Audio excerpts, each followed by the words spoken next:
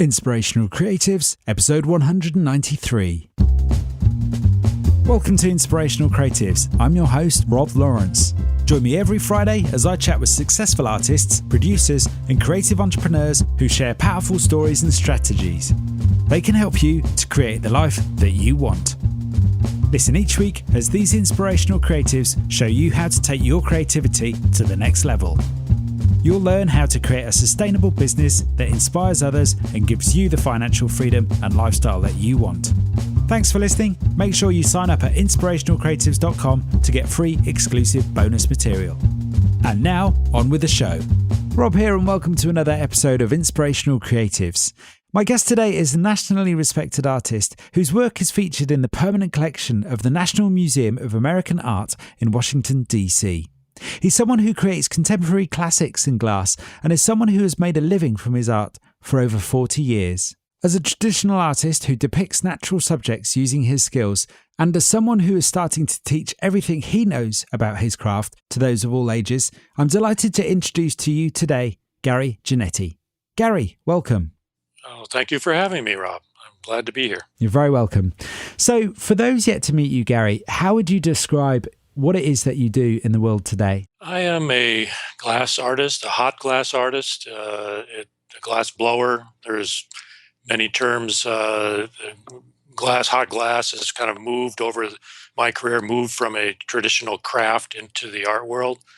And so I feel good about calling myself an artist, but recently I've been calling myself a glass maker. So to kind of key into the new maker movement that's happening around the U.S. here. So. Wow. So let's talk about that. Let's talk about this maker movement that you're talking about there. What is that exactly, and what does that mean to you?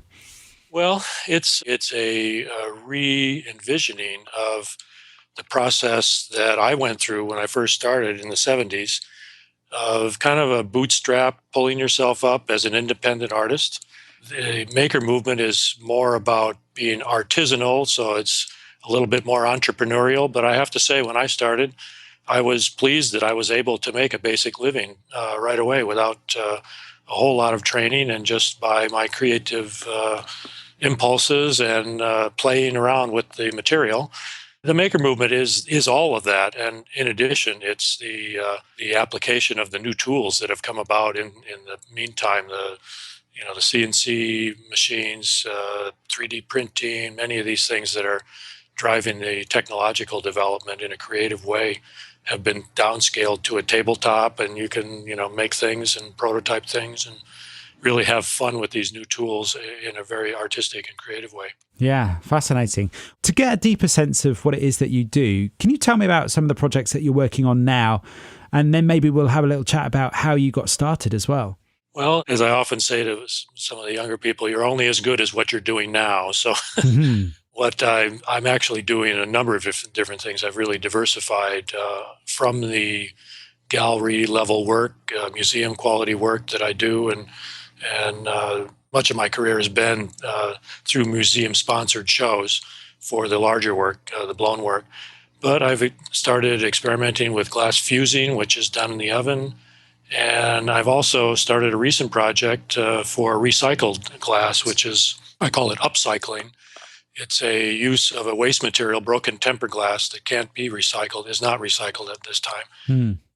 Started out as a family project in 2013, and then we did a Kickstarter crowdfunding campaign and raised $10,000 to develop products. And we're still in the process. I'm selling one of my initial products on Amazon now. So it's a little bit of a different. I'm doing all the other things too, but I have found in my recent conditions that diversifying what I do is very important, and it keeps it alive. It keeps everything alive. One thing feeds the other in many ways, and it's the recycled glass project is much more about community, reaching out into a community. It's something I can train other people to do. So it's kind of a project for me that's inspiring more of an expanded view of what I do that reaches out into a larger community rather than being alone in my studio making things or with one assistant, making high value things. That's fascinating. I mean, I can really hear through the projects that you're starting to describe just there, people are very important, and this sense of community sounds like it's very important in terms of the kind of work that you do. Very much so, very much so. Most of my career, I've been part of a national community. The American craft movement was something that grew in the 60s and then just continued to expand and grow. And continues to, but it's more on a national level. So our community, many of my colleagues and that would live on the end of a dirt road where space was cheap. Space is cheap in the countryside, and then our community would gather at shows all across the country. Most urban areas have certain types of art fairs or craft shows, and so it's part of being an independent artist rather than depending completely on a gallery to sell your work. I was able to, from early on, become a part of this movement where everybody was pretty independent, but came together as a community to not only show and sell their work, but we even started our own independent insurance program to take care of accidents when other craft artists, had difficulties, in the studio or personal lives. So it was really had that feeling of a community. And that's what I'm doing now, is really bringing that sense of a national community back home, keep it on a local level and reestablishing all those really positive values that can come about when people work together in doing their own thing in a non-competitive and non-judgmental environment. It's a wonderful, wonderful way to build a creative community. And it's one of my inspirational directions at this point in my career. How have people and a sense of community inspired your work over time? Well, as I was saying, we had this national community. We also built the audience at the same time, which is a very interesting thing, because the art of craft was kind of lost in the Industrial Revolution, and it was not valued. Things made by hand were considered very old-fashioned and very traditional, or it was more or less highly skilled factory work. And the idea of taking the media into a studio setting and really having fun with it as an individual artist was very exciting for all of us and for the audience, because hot glass pretty much led the way into this direction where it built a collector audience, and museums began collecting it. Galleries sprang up that all across the country that just specialized just in glass, because it's such a technically difficult and not so easy to explain to somebody. It's astoundingly beautiful in its end result, but how did they do that is often the question. How is that made? It's amazing, but it became a performance art at the same time. People like Dale Chihuly and some of the other bigger names began to attract attention. They started their own schools outside of a university setting just for glass out in Seattle, Washington, the Pilchuck School. So it had really the feeling of a movement that drew people in and drew an audience in of collectors and people that specialized in that kind of thing. Because it really, we were doing something that had never been done with the material before, ever. And that's hard to say in this day and age, that after the centuries and centuries of glassmaking, that some new ideas were happening, and it really had to do with collaborating and sharing techniques that had been kept somewhat secretive by different areas of the world. The tradition was to keep your technique secret because that was your edge in the competitive world. But what we found is by opening up and sharing things, it really accelerated the creativity rather than inhibited. So that's really a principle that I found very exciting, that by sharing and building a community, sharing the techniques, that new things can happen, and new things that have never been done before that can really be not only inspire this country, but it actually influenced the whole world. Wow. I love that idea of, I'm sure this isn't just limited to art and craft in that sense, but I mean, you could almost take this into sort of creative entrepreneurship and business, this almost an anti-competitive attitude of sharing ideas, knowledge and skills. And by sort of unleashing that and sharing that and working together collaboratively, all of a sudden it kind of unleashes the creative elements within individuals and groups. Absolutely. That is the tone of the recent art world from where I stand, which is not in the high-level gallery world with paintings and sculpture, but more in the independent area. That the idea of open sourcing and collaborating, just because art is a risky business. And if you give your career over to somebody like a gallery owner or something, and they can raise your prices very high, and you can be a star for a while, but the pattern very often, unfortunately, is that it's not a way to have a whole career. Only a very small fraction of those people can maintain a career over a lifetime in this day and age. Generation in art, if it's 10 years and things completely change radically, and then your work is, if you don't adapt, it's not selling, and then you're left with very expensive work that you can't sell. So the idea of growing or evolving as an artist was always very appealing to me. And I basically have to say, my career, I started more as an artisan making gifts to learn my skills because I didn't really even go to school for glass. I went to art school, but didn't study glass at all. And I found that by learning as I went along and getting the appreciation from an audience to keep expanding my skills, it was a wonderful process of evolution, and right to be able to maintain my life as an independent artist for almost 40 years now. So. That's fascinating. So let's get a little bit deeper into your story, because I'd love to learn more about how you survived as an independent artist. How did you get into glass in the first place? Let's start there. Well, I went to art school in Wisconsin, where I grew up, and they didn't have a glass program. I majored in sculpture. And after I got my undergraduate degree, I said I had a decision to make, whether to go on in education and basically you become a teacher or a professor in a college level, or to just sort of put myself out there and see what happened. And I decided to take a year off, and I packed my Volkswagen Beetle and $500 and headed for the East Coast with only knowing a few people. And I actually I was on my way to New York City, but ended up here in Warwick, where I live now, and just had some friends here and decided, well, I'm just going to see what life is like outside of school for me. And I pruned apple trees for my first job. And honestly, I didn't care what I did. I was just happy to be out in the world and making a basic living. And I did construction work. And during that time, I met another guy that was just studied 6 weeks up at a glass studio upstate New York, and had the brainy idea to come down and start his own in a garage. And we worked for a year. He needed help, and I said, I'm not cut out to be doing construction work my whole life. So we would work during the day and then go and practice glass blowing at night. And in that day, it was still possible with minimal skills more creativity than skills to go out and make a basic living, because there were so few people doing that.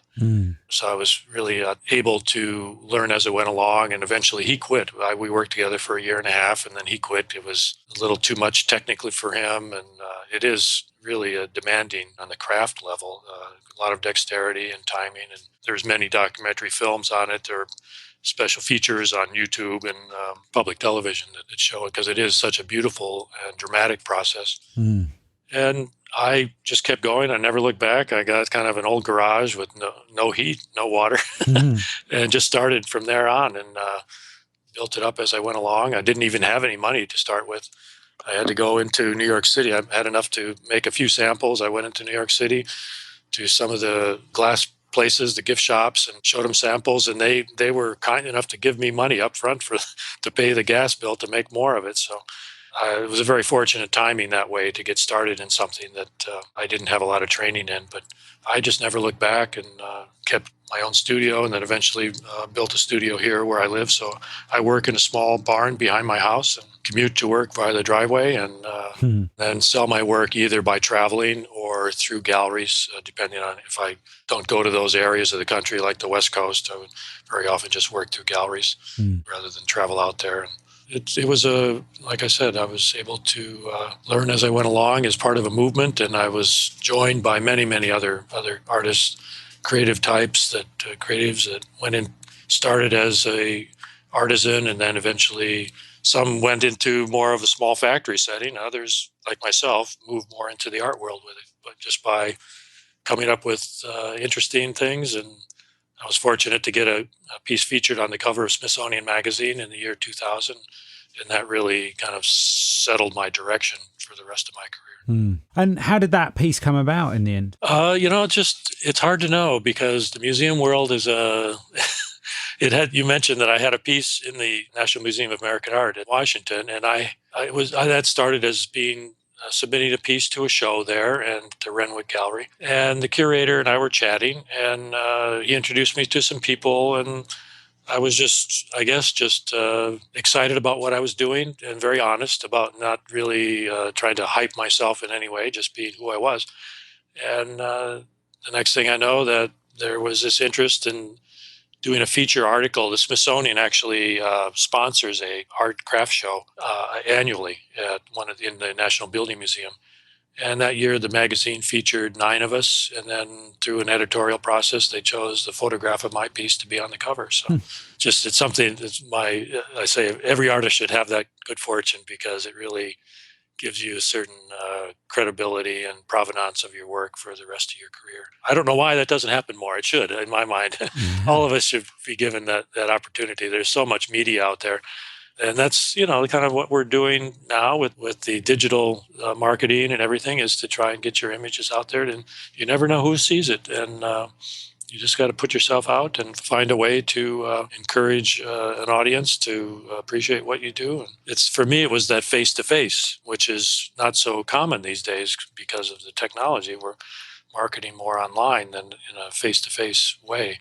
And for me, doing shows was definitely very for personal growth and learning how to. I was a very shy person, a shy artist when I first started, but it was very much a growth process for me to put myself out there, talk to people about what I did, and learn from the audience. I saw my work through their eyes, and the excitement and enjoyment, and that exchange is just so important. It's more and more difficult to have that in a way because of the internet. But what we're doing now with the podcast, it's a wonderful thing to be able to get in depth and tell your story to other people, and you never know who's listening. So it's always an exciting thing for me to be able to talk about my work, either in a show setting or in a detailed setting like we're doing now with an interview. That's fascinating to hear you speak about your experience.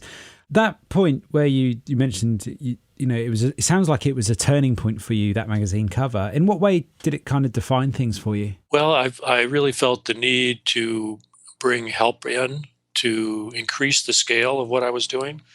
So a good buddy of mine, a colleague, another glassblower that lives not too far away, invited him down to help increase the scale of what my pieces were, because I felt like, I wanted to make them more fitting in a gallery setting, which includes larger pedestals, more space around it, and it has to have more in glass. A larger scale gives the piece a little more presence, and more sculptural appeal. So it's less of a vase and more of a vessel. And that really set me off to, once again, push aside the smaller work, the more production type things, and not need to do that, not need to do the kind of shows where I was selling gifts, and really move more into a gallery or museum setting. So it really was a turning point for me to not only that, but give myself the confidence to spend the amount of time and effort to put that into one piece. I mean, in glassmaking, if you can spend a morning on a piece just making the blank for me, and at the last minute, things can go wrong and it falls on the floor. I mean, it's just not an uncommon thing when you're trying to expand your skills to have a lot of failure. And for me, the magazine cover gave me the confidence to even accept the failure, embrace the failure as part of the growing process, because I was able to put my price point in a way that it wasn't a disaster if something didn't go right. It could be accommodated.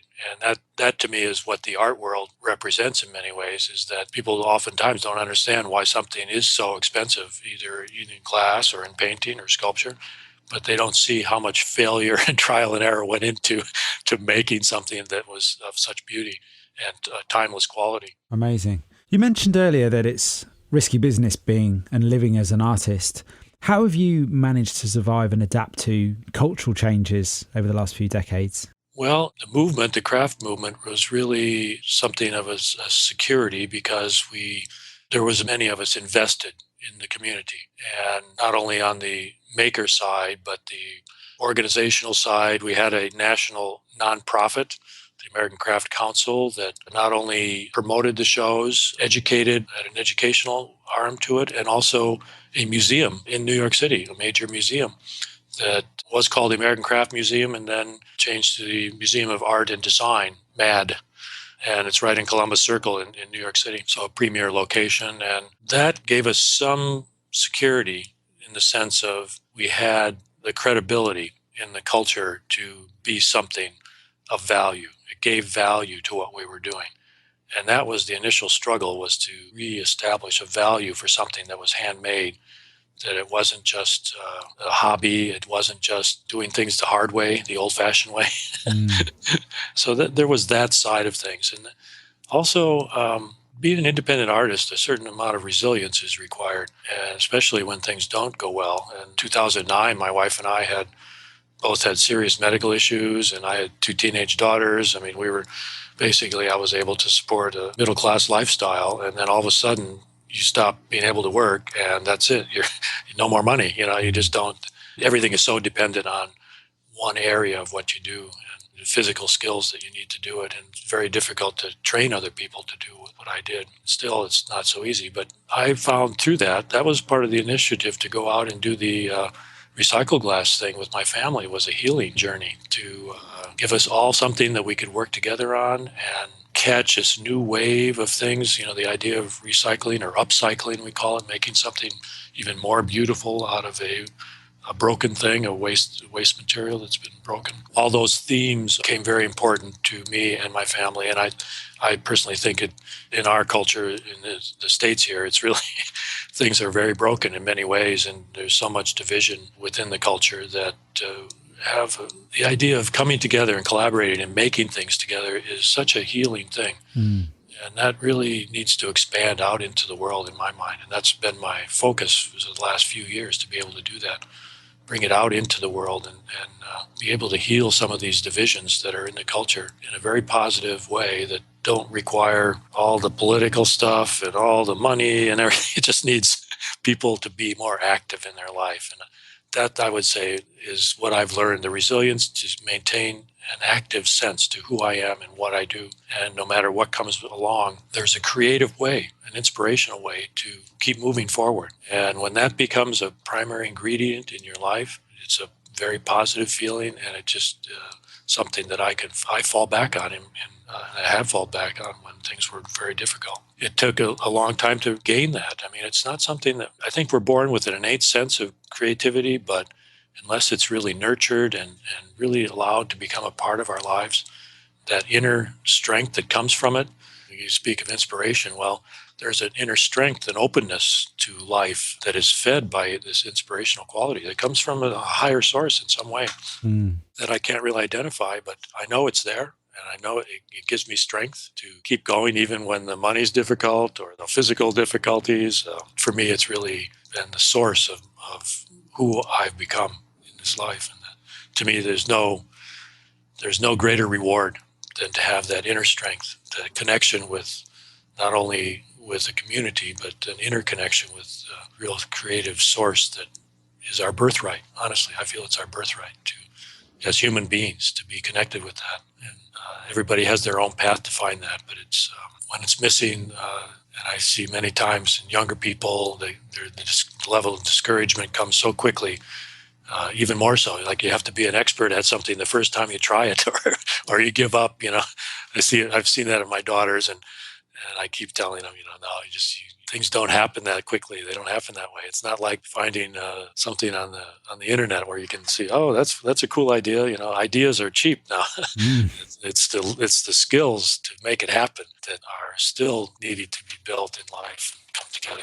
So. Wow. Yeah. With all of that in mind, I mean, what do you believe are some of the real challenges today for young aspiring artists? Well, I think it's that sense of community. I know in the States, there's kind of a magnetic quality to places like Brooklyn, which has become a real hotbed for creativity. And it's an urban area. It's part of New York City. And oftentimes what happens is that where communities are more easily formed in the urban areas, they go into the cheaper real estate, the downtown trodden areas, the old factory buildings. And that was what Brooklyn was. And then very quickly it gets gentrified. This is, is a common pattern. It started in Greenwich Village and then Soho and Hoboken and Tribeca, and now it's Brooklyn. And the communities maintain themselves, but the space gets so expensive. But the idea of moving out into a rural location where I am becomes daunting, because you really have to either bring your community and your audience with you, or you have to build it. And it's not an easy thing. It's a very challenging thing to build a community in areas where there's a lower population base, and the young people tend to be more in transition, moving here and there, looking where the scenes are, the interesting parts of the country to go to. And so there is that. And it's really, I think that's probably having the space to create is perhaps one of the most critical issues. And after that, it's really that encouragement that's needed to keep going, and a community of other people, like-minded people, can supply is certainly a challenge. And to maintain this a collaborative vibe so it doesn't get this competitive. I'd never really bought into this idea, and I know it can happen for some, that you kind of inflate yourself to be big.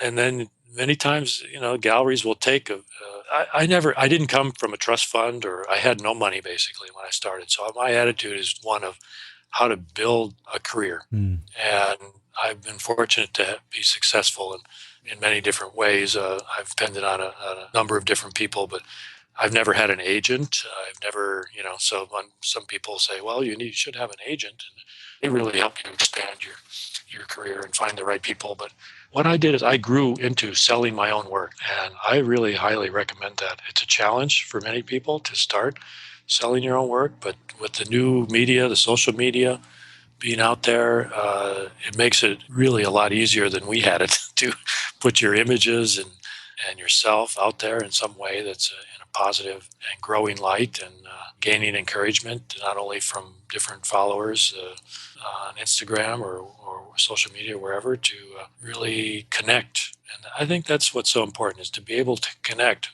not only with other creative people, because that's what nurtures your own creativity, is that yes, this is a possible, I can make a living at this, and if I keep going, and it's definitely a struggle to gain the confidence to do that. But the opportunities now I see is for moving from artisanal to artist are much, much greater. When I started, say, in art school, they said being something where other than a teacher or a strictly gallery artist was frowned upon. I mean, you just didn't go off and do something with the crafts or start making mugs and ceramics.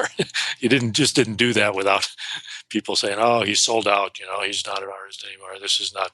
But the attitudes, fortunately for me, I had to let go of all that, because I just said, I just want to be creative. I'm going to do whatever it takes to establish myself and learn the skills that I need to learn, and grow personally along with that, to be able to talk about my work to other people, not just in an extended way, but in a very simplified way, and be able to stand there in my booth.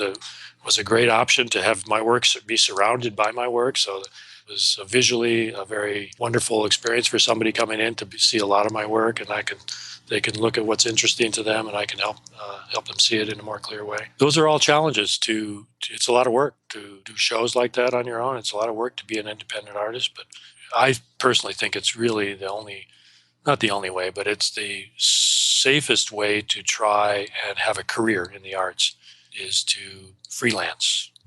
These days, many people start in the corporate world if you're doing more of the visual arts, and then find the confidence to break off onto their own. And you read all these blogs about how to do that, when is the right time in life to do that. And personally, I think the younger you can do that, the better off you're going to be, because you get stuck in a rut in the corporate world. And yet you need that many times. If you live in an urban area, you need that kind of income to survive in the urban areas. But I grew up in the country. The space is cheap in the country. Like I said, I've had colleagues that work in barns and converted to a studio, work in a chicken coop and converted to a studio.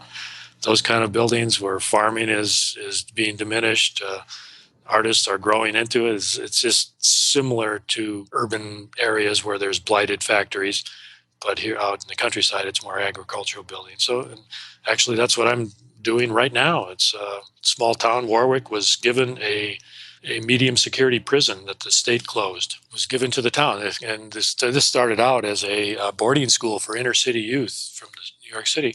So it has these red brick buildings and workshops, and then it morphed into a prison. So there's razor wire everywhere. But they also, in addition to the schooling part, they had a working farm that the kids learned how to grow things and back in the day. And then the buildings were built very well and are still standing. So one of the things that I'm involved with my recently formed nonprofit is to repurpose some of those buildings into a makerspace and individual art studios, a maker component.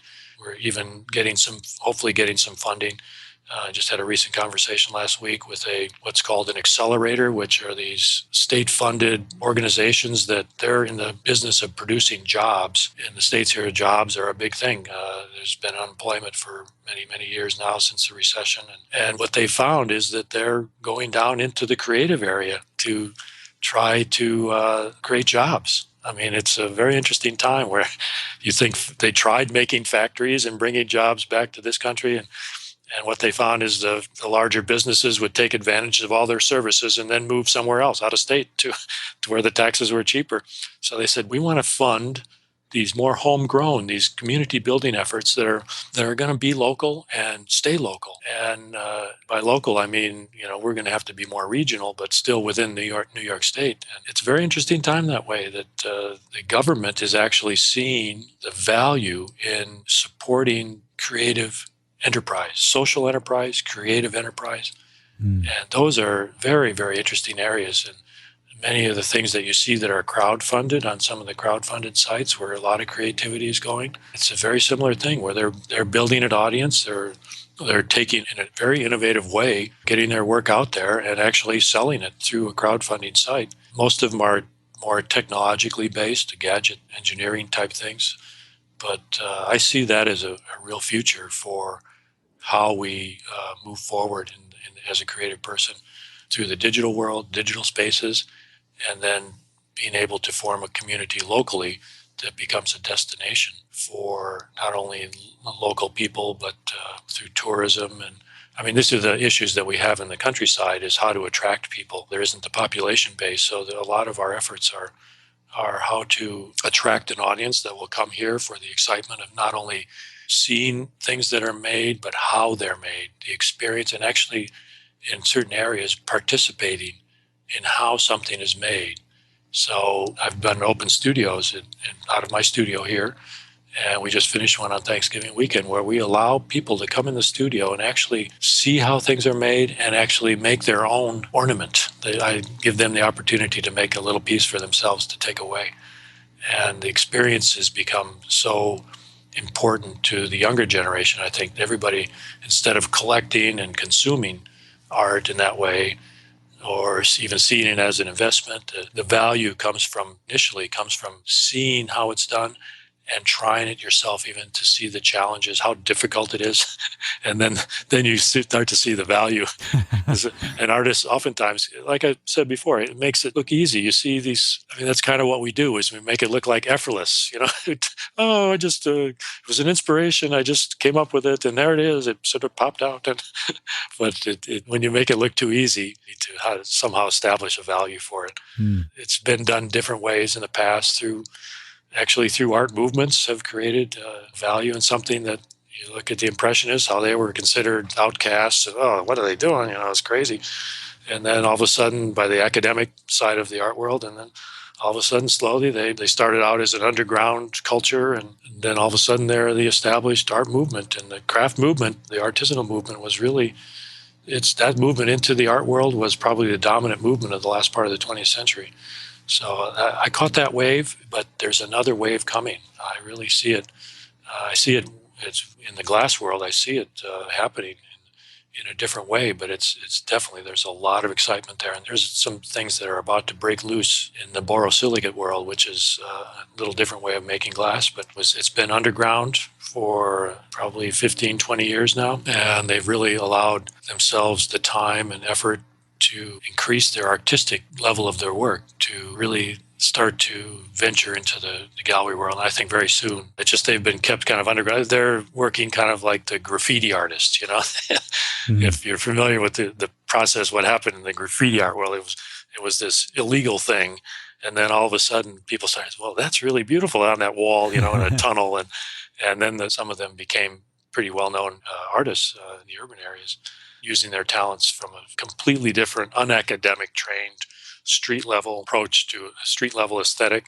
But that can be very exciting because it really is fresh and untrained. And those are the things that many times we can be inhibited by our training. In a certain way, I had to let go of a lot of my training to keep doing what I do. And so those are some of the challenges is really creating value, and not only an inner value as a creative person, that you have a certain value in the process, and that even failure is of value, because that's so important to bring out. Really, you don't know if you haven't failed, you don't know you've done your best. That's really where the measure is to keep raising the bar on yourself by finding the challenge. If you're not challenged as an artist, you're not doing your best. Yeah, I mean, there's so much in there which is so positive and inspiring, really, and does sound like there's a bright future there and more change to come. Absolutely. If it's not changing, it's not the art world. But the trick is having a career that you stay open to the changes, and not just, particularly in glass, which is the skill set gets to be so specific. I mean, there's a history of people in the glass world that learn how to make one thing, and they're the only person in the world that knows how to make that one thing. And then when they die, no, it's never made again. And because there's such a broad set of skill sets that have to come together and you really practice and practice and practice, I think that has impact in all of the arts, where you spend a lot of time establishing a style, and that's very good. You need to create an identity for yourself, and so people, a recognition of your efforts and progress of the kind of work that you started with and where it goes. And those are all exciting to the collector market to see the progress of somebody's work. But at the same time, things in this day and age, things can change so radically, so quickly, that, like I said, a generation that used to be 50 years in the art world is down to 10 now. And you need to stay open to many different things. And I have many friends that I know that have had a 10-year career, and then they have to do something else, and I don't want to find myself in the position of having to write my book about what I did too soon in life. I mean, I'm getting there. I'm getting to that point. I mean, this is being able to talk on a podcast or blogging is kind of all leads up, as I'm finding out, leads up to publishing your book, I don't know. I am a maker. I just love to be hands-on. And I love to talk about what I do. I really enjoy the process, and it's a beautiful part. It's an inspirational part of what I do is the process itself. And if you stay close to the process, it becomes a conversation with the material, and you're always learning new things from it. And as much as you want to define it with your own style, it has its own ideas too. And to stay open, whether it's how the brush puts paint on a canvas or how the glass drips down when you don't want it to, these are all things that require an open attitude. And that's really the most challenging thing that I have found over a nearly 40-year career, is to maintain an openness to the new idea. The new not only can come from other artists, but it can come from the material itself that you work with, the process itself. I love that. I could talk about this stuff all day, Gary, and there's a couple of questions I'd love to ask you before we begin to wrap up. Coming back to what you were saying earlier about the marketing and selling of your own work, how has that changed for you more recently, sort of since the digital revolution in that sense? Well, the digital revolution has really impacted the shows in many ways. The attendance that has built up, say, in the museum shows, tend to be the older people, a lot less younger people coming through the doors. And even at the art fairs that have been so consistent as a venue for selling work, there's less and less younger people. And I don't know how to explain it all, really. I see it as a cultural shift that the internet has really become a more dominant aspect in someone's life. And to be able to see something on Instagram and purchase it, or contact with the artist through that means, it is easier than schlepping out to a show and walking around in the outdoors and weather concerns. It's certainly easier for the artist, but at the same time, it loses something in the translation that has yet to be really replaced. So I kind of make a joke that this work, the recycled glass work that I'm selling on Amazon, I've traded my signature in for a barcode. And, it's not, I mean, I still do all my other work, but with that type of work, what they don't want my signature. They want a barcode on it. So those are the changes that you need to accommodate in many ways, how things get. It's still forming. I have to say, it's still forming. I don't envy the mid-career artist right now, or even the people beginning out, because the internet has not really formed itself as a reliable venue for marketing work. And I totally respect what someone like you is doing, because these kind of interviews and the transmission of knowledge and information, which has been kind of broken through the generational gap. And much of my effort is to form a bridge to not to tell anybody how to do their career, run their career, or do anything, but just support the younger generation to realize that it's possible and to join them in these newer formats that allow for a communication that establishes a value for the creative career and helps to form a global community of creative people that you can access through the internet. Those are, when you speak about a global effort, it's so needed, but so massive of a task for us to reach out to the world. And you just sort of really stay optimistic. We're reaching an audience with not only this conversation, but with all the kind of effort that's being put into the writing and the speaking on the computer and the visual aspect of it.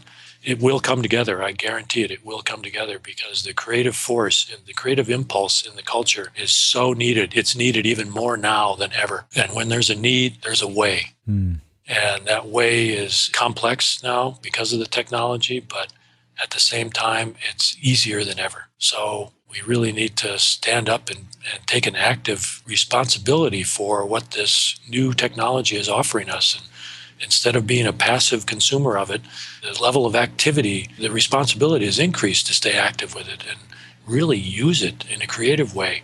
That's something that everybody has to wrestle with in their own life, to find ways of doing that. And so I really respect what you're doing, Rob, to really move that forward. Thanks, Gary. I really appreciate that. You mentioned earlier, when you started out, you were quite a shy artist.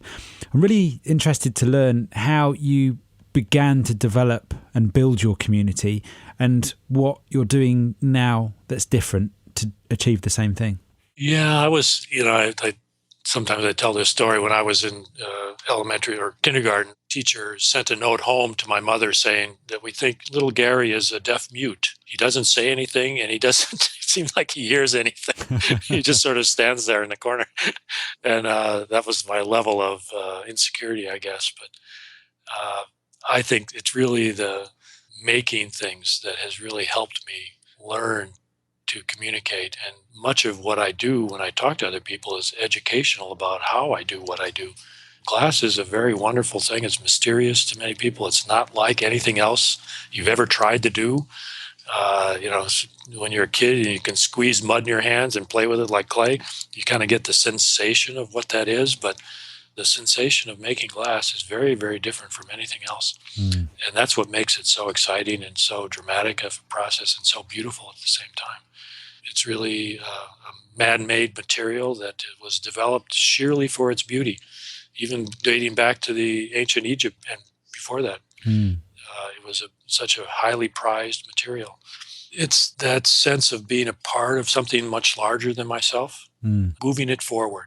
Those are the things that have excited me and allowed me to express myself. And for my own, in a personal way, it's also, there's a spiritual quality to the craft that allows something to come out that's of a higher nature than myself. That kind of activity, the simple parts of it that require a lot of attention, but it's a very focused thing. And I mean, these potters often talk about the centering quality of throwing a pot. Well, glass has the same thing. It can center and bring something together inside that allows for a different sense of oneself that is, I guess, more rooted, more authentic, more real, a perspective on life and why I do what I do and how it's done. And the fact that can be, when that can be valued out in the world, it's a very tremendous thing, and it'll bring anybody out of their shell.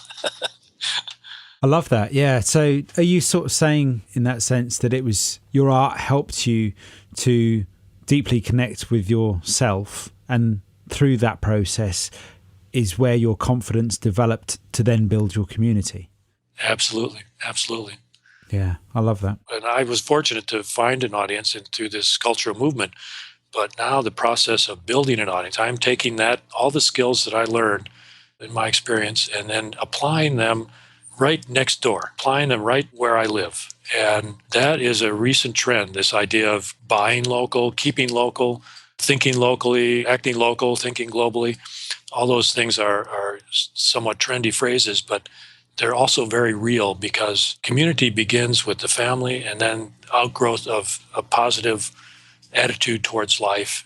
And in the States, at least, when there is so much division in the world with, for all the reasons that we all know, to project a positive, growing, inclusive, non-judgmental attitude towards the world is what attracts. And there's a real hunger for that with the young people particularly. I mean, the politicians can say what they want in terms of a future to believe in, but the real future to believe in is within yourself. And when you can find that, it attracts energy around it and attracts a community. And that's where really what I'm trying to prove to myself, I guess, by staying active and sort of transmitting what I've learned in terms of support, how supportive a community can be, and the ingredients that are required to hold people together.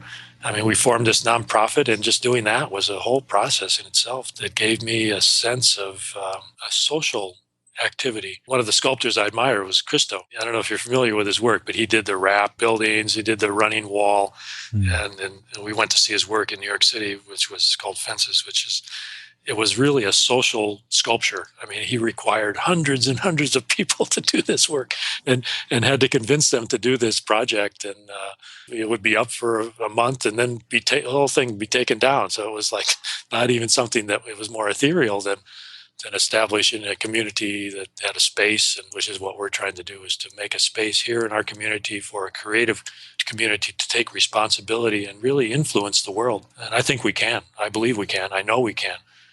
And that the world is really hungry for what we have to offer.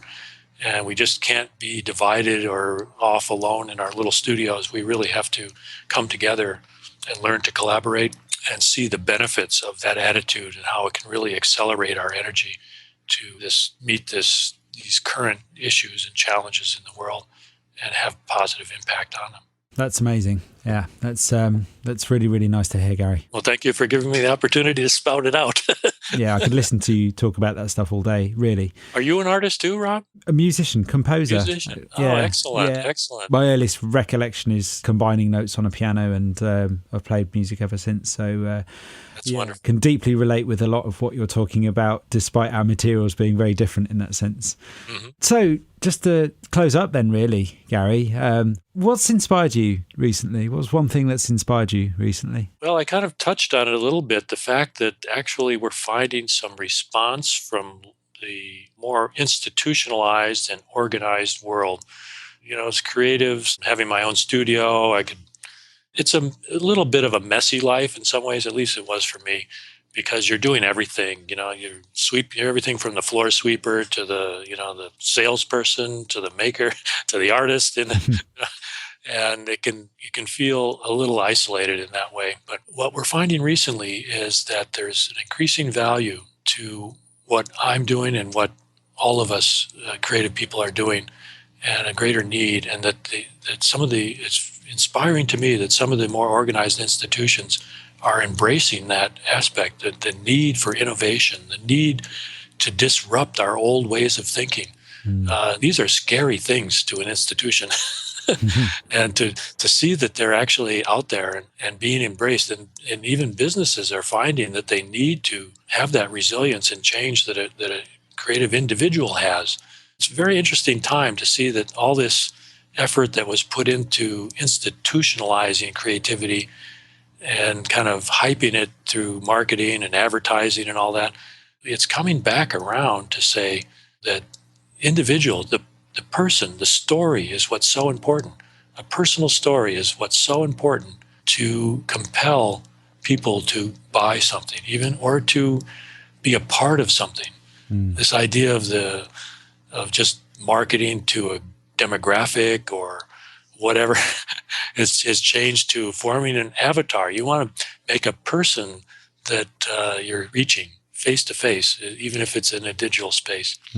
That's very inspirational to me, to see that things are coming around in that way, that the stories are of value, personal stories, the challenges, just exactly what you're doing. You give people the room to say the difficulties and not be in a hyper mode to say everything is great, and in superficial mode, but to really, to me, that the culture is deepening, and it needs to resolve some of these major issues that are out there in the political and social world on a grander scale. But I'm finding that somehow you can balance that out and we need to balance that out with a deeper lifestyle and a more inspirational lifestyle.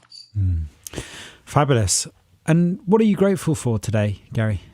Well, I'm grateful to be here talking to you, and I am very grateful to my family for sticking with me through all this. And I try to, every day, come to a point where in the mornings I try to sit and just take in a more silent way what my life is telling me. And I've been able, through that process, to really touch an abundance inside that is what I said before, really what I'm beginning to see as our birthright as human beings, to have this sense of an attitude of abundance, that we've been given a great deal. We just have to open up to it. And I am grateful for those moments where I'm not so taken by all my daily activities that I can open up to that inner abundance, and then help others to see that too at the same time. Yeah, fabulous. So what's next for you, Gary? Well, what's next? Oh boy.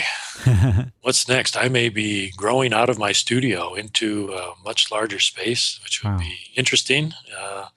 Glass making is a very space-dependent craft. You need a lot of room, and I have a very compact but efficient making space for one or two people, but I would love to start teaching more and showing others not only how to make things in glass, but to encourage them that there is a lifestyle that is open for a creative person, and by, in a simple way, making things and then learning the skills that it takes to move it into a more artistic, a sculptural sense.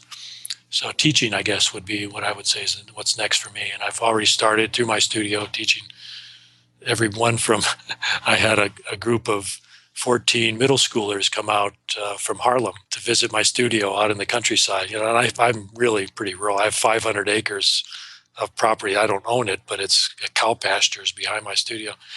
And that realization that there was that much room in the world for a little kid from Harlem was really eye-opening, and so exciting for them to see that. I have little fusing projects that they can do, and they all have fun with it. I take my scrap pieces and they can arrange them on a sheet of glass, and I bake it in the oven and fuse it all together, and it turns out shiny and beautiful. And I just very inspired to see through their eyes how open and fresh things can be. Even with older people, they become like little kids in a studio environment, and it's just wonderful to see. It's a healing thing. Yeah, it really is a healing thing for many people to feel that they can. It sort of empowers them to believe in themselves and their own abilities.